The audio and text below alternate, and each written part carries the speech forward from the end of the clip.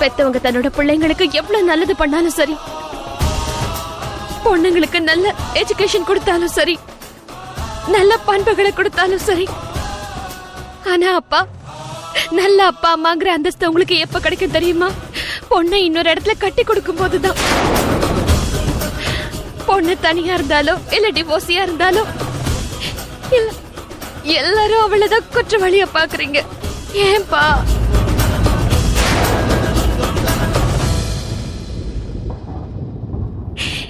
எதுக்காக எல்லாரும் பொண்ணுங்களை தப்பான கண்ணோட்டத்திலேயே பாக்குறீங்கன்னு சொல்லுங்க. ஏன் அந்த பொண்ணை விசித்திரமா பாக்குறீங்க? அவகிட்ட ஏதோ குறை இருக்கு, அவ ஏதோ தப்பு பண்ணிருக்கான்னு ஏன் வித்தியாசமா பாக்குறீங்க? I don't believe this. It's so strange.